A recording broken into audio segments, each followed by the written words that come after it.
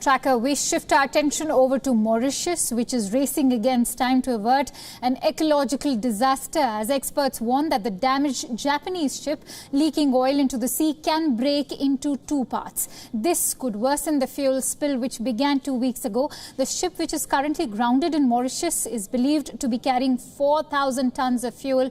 Meanwhile, locals have joined cleanup work as the government declared an emergency over this incident. Newly released satellite images have also revealed the extent of the damage caused by the oil spill. Meanwhile, environmental group Greenpeace International has called for compensation for the communities affected by the oil spill. The disaster has also affected the economy of Mauritius, which is renowned for its pristine environment and popular tourist destinations.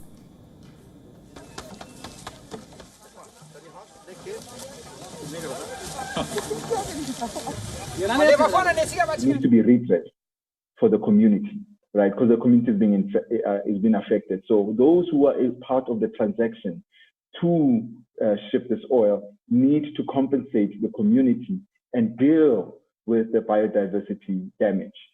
And that really means that you're changing the rules of transporting and of using the fossil fuels. And to get in a sense of perspective in terms of what's happening in Mauritius, I'm joined in by our guest, Mr. Vasin Kaupemutu, who is an environmental engineer and oceanographer. Let's quickly go across to Vasin. Vasin, a very warm welcome to you. Now, let me begin by asking, what is the extent of ecological disaster that one is looking at in Mauritius? Also, what are the possible risks that could further complicate efforts to stem the spill? The situation is critical in Mauritius, we can say it, and it's unequivocal. There has already been a release of around 400 to 500 tons of bunker oil in the lagoon in Point Disney, which is one of the most sensitive areas in Mauritius in terms of marine biodiversity. We have a marine park, we have an islet, which is called Île aux Aigrettes, which is subject to restoration. We have a wetland, which is also renowned, Ramsar site. The oil has now leaked and has traveled within the lagoon up to a distance of 15 kilometers from the spill site. Although the spill has stopped, we know that there are still two other reservoirs of bunker oil which are on board this ship, which is now cracking and which may crack in two pieces at any time from now due to the bad weather and due to the damaged infrastructure of the boat. Right, so that could actually be a huge risk if that happens. But Vasin, the disaster took place on 25th of July when the ship's hull crashed into the coral reef. It's been a fortnight. Why is Mauritius still struggling to contain the oil spill? I think that we have lost too much time right from the beginning. When the ship was grounded on 25th of July, it took around 13 days for the authorities to start pumping the oil from the ship. So this delay has caused a lot of damage to the structure of the ship, rendering the applications, the salvage operations very complicated and now impossible. And now the structure of the boat is so damaged that the ship can just break into at any time. So the situation is even worse now. Vasin, how have locals and environmental activists aided in containment efforts, even though the government has ordered against it?